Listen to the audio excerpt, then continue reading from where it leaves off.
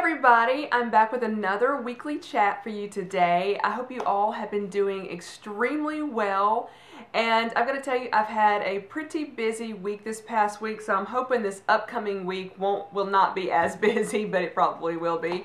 Let's just start out with eBay. I had 0 eBay sales this past week, so you know, imagine the crying emoji. So that's how I kind of felt about that this week. It is what it is.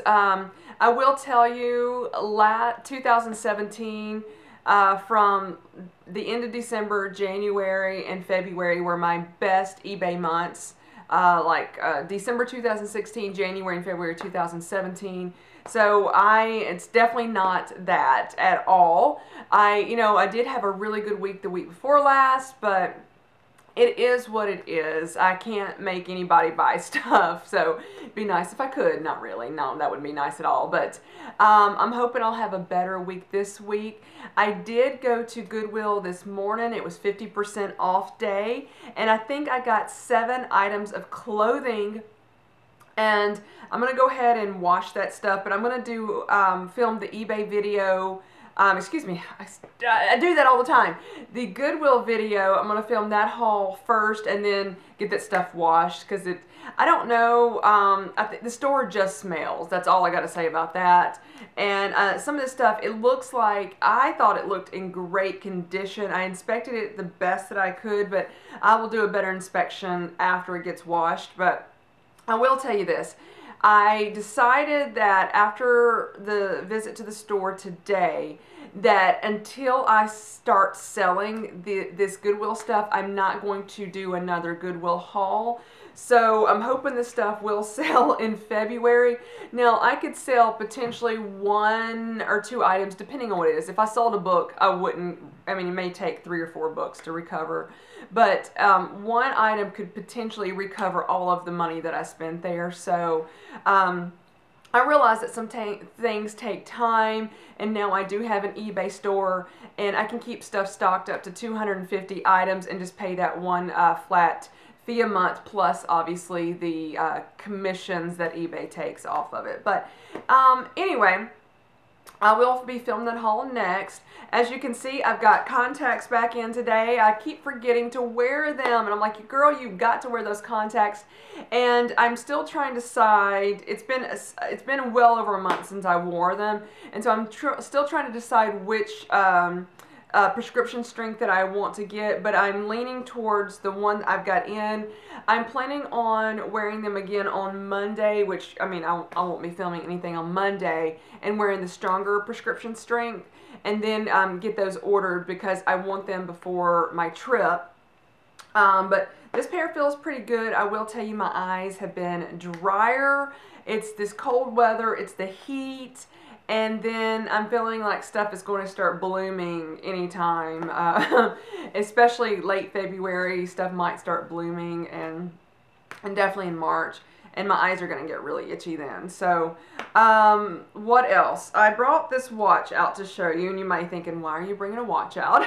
I got this watch Christmas 2016, and so I've had it literally just a little over a year. And I've only worn it a handful of times. Now, it is still working. I can still see the little second hand ticking, but I don't know if it's probably not going to show at all on here. But as I turn the watch around, that minute hand is moving. It is completely loosened up, and it is not keeping time anymore. And this is an Olivia Burton watch, and I've got one of my 2016 wish list items was one of these watches, and it is still in great condition, but I've only worn this one a handful of times, and I regret that because it's a beautiful watch. I love the B on the inside. I love the black and gold, and I do regret not wearing it very much, but I don't know how much it would cost to get that fixed, but these watches are fairly cheap. It's not like Walmart cheap, but it's cheaper than, saying, buying a Michael Kors, way cheaper than a Michael Kors watch.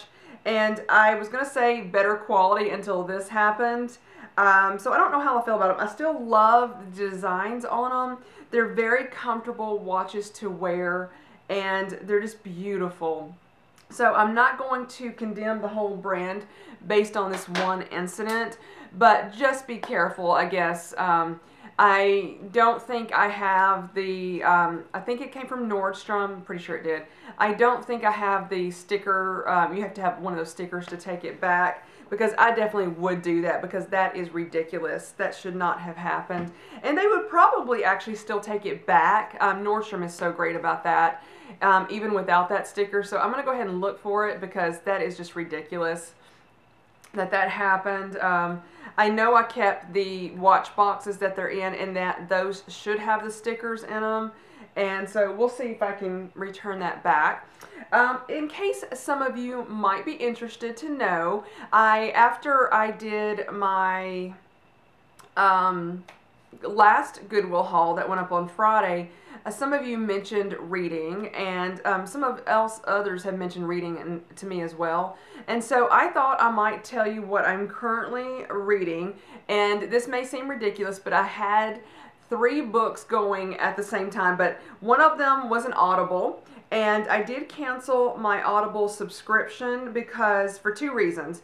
One is I'm trying to save as much money as I can, and 2, I had so many books that I had downloaded from Audible that I wasn't keeping up with them.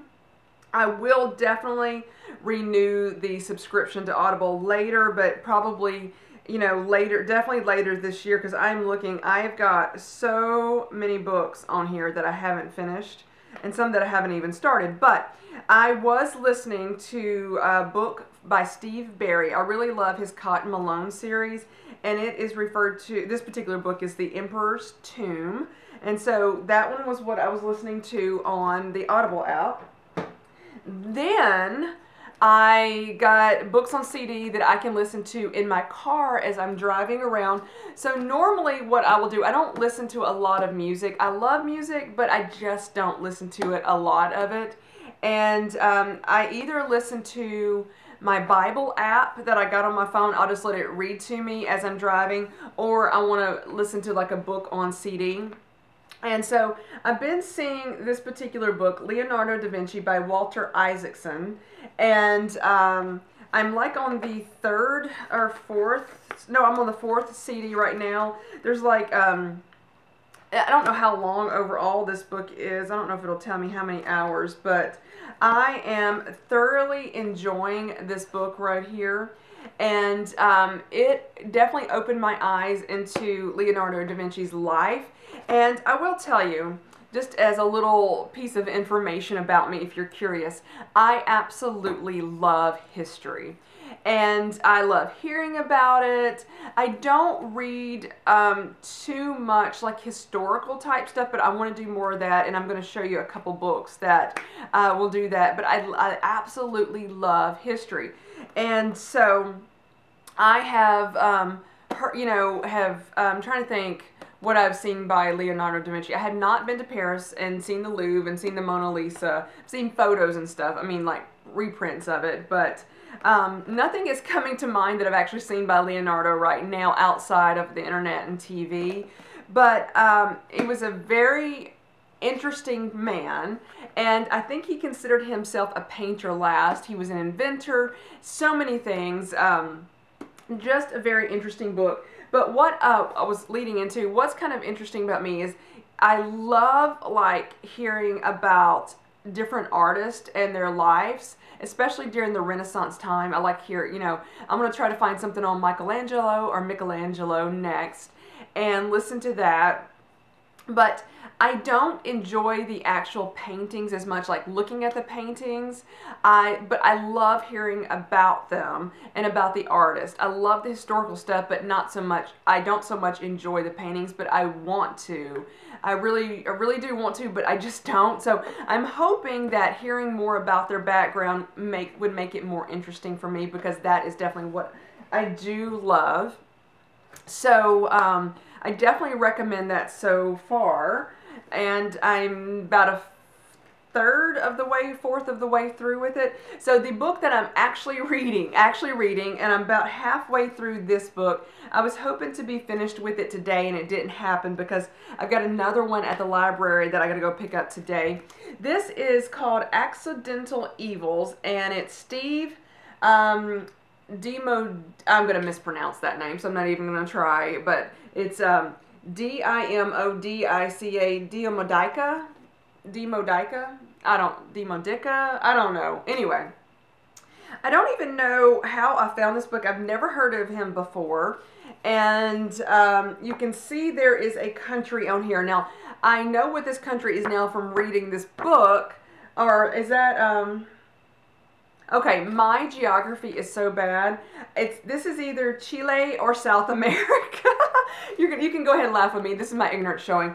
I found it just by browsing around on the library's website, and just thought, why not? I read a little bit about the narrative, what it was about, and so this book is about the Chilean historical. It's a political thriller about Chile. It does involve some Americans. It involves people in the mafia, and it is really, really interesting. And so I'm very glad I picked that up. It is not for the faint of heart. About halfway through it, I do not recall any profanity in it, if that's what you, if you're looking for books without that. I don't remember, I don't recall any profanity in it whatsoever up through where I am now, but it is not for the faint of heart.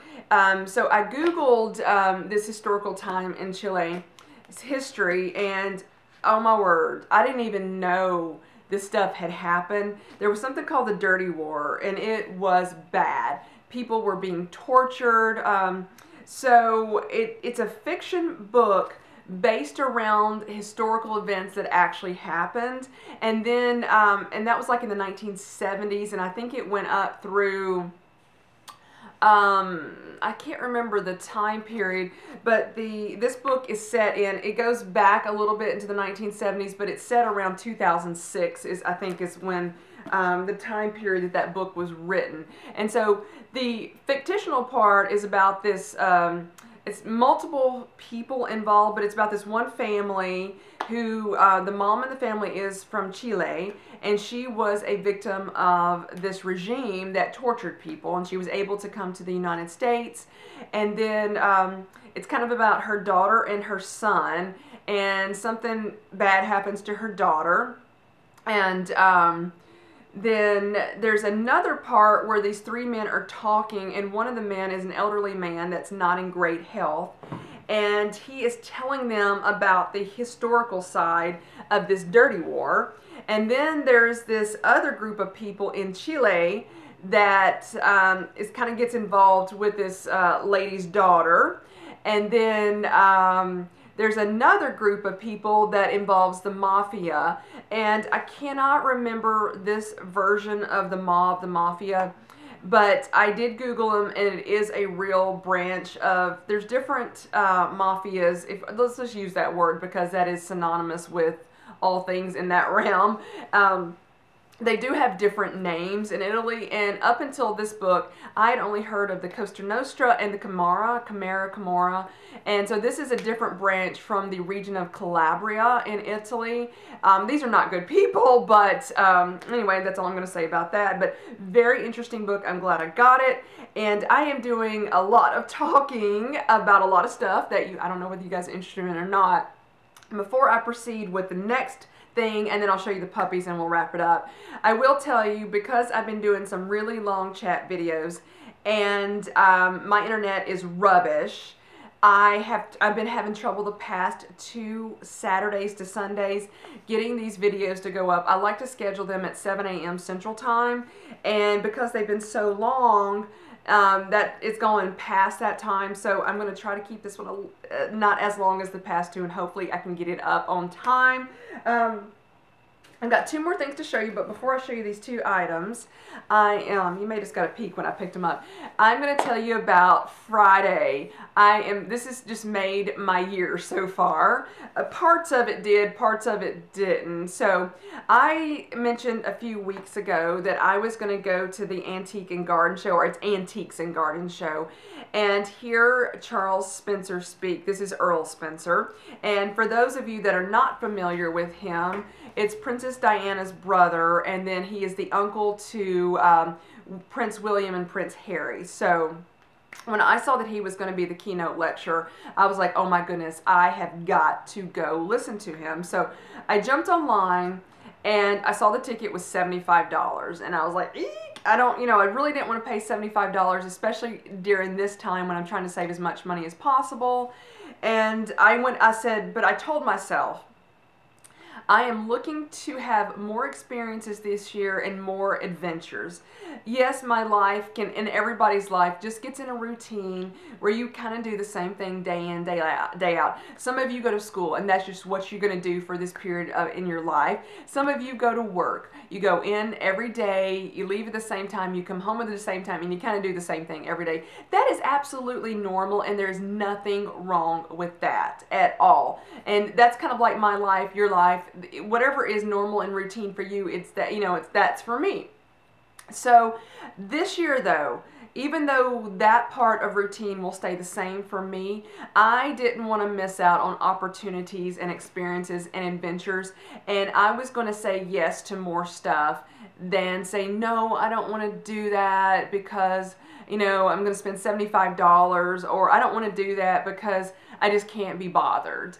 I'm going to, and just because I just don't want to be stuck watching TV instead of doing something else, if that makes sense. So I went to the lecture, and it was fabulous, so worth the price, and I am so thrilled. And so he talked about his property that has been in his family for 19 generations, and that just blows my mind because they can trace back the lineage of their family to it probably can trace it back further, but he started talking about the property has been in his family since I want to say it was either 1507 or 1508, but the early 1500s blows my mind. In this day and age, I don't think a lot of people can even trace their history. They probably don't know past their great-grandparents. And so that's another thing that I'm really interested in doing this year, is getting on Ancestry and doing more research. So I'm planning on doing that sometime this year. And just learning about my family's history as much as possible, because I find that fascinating. So listen to him speak. They did have two books out there, and he was signing books. And so this was, he's got more than 2 books, but I believe he said all of his books are nonfiction, but these two kind of go back to back. And so this was the first one, Killers of the King, the Men Who Dared to Execute Charles I. And I did get him to sign it.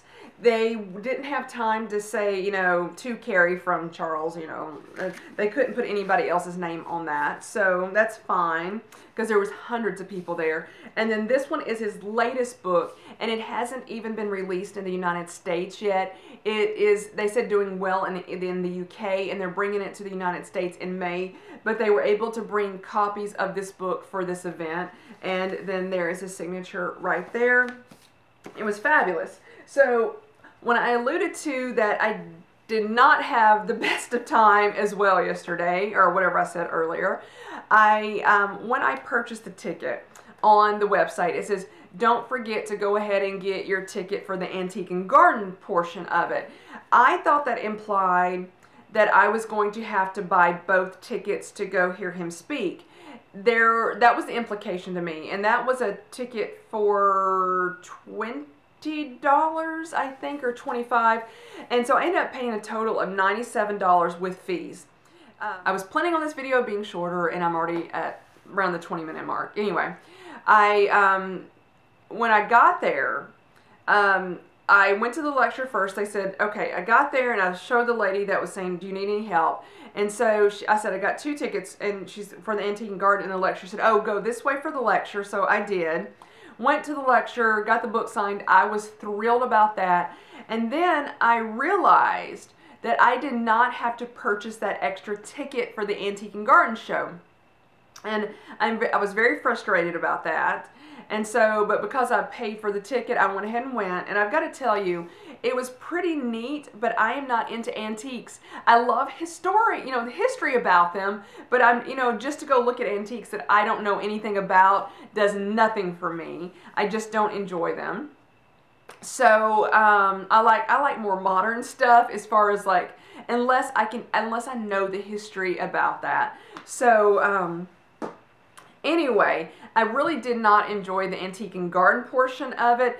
The gardens that they had set up there were very beautiful. I did vlog just the tiniest bit, and it's not a great vlog, I'm going to be honest. It's pretty jumpy, but I'm going to go ahead and put that video up on Friday. So if you do watch it, thank you guys for watching it and bearing with my vlogging skills. But I knew I needed to practice and for the trip, because I know I want you guys to see the beautiful countries that I'm going to see, and I want it to be a beautiful vlogs I should say, for you guys. So anyway, I am going to put that video up on Friday, and then I think like the Goodwill video will go up the next Friday, and then maybe after that will be the next handbag reveal. So I pretty much got Friday's videos ready for you guys. So I'm going to go ahead and go get the puppies so you guys can see them and end the video.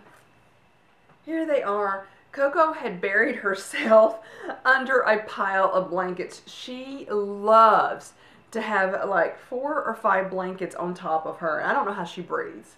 But anyway, they are doing really well. Everybody's been good this week. And so here they are. Let me try to hold them up a little bit higher.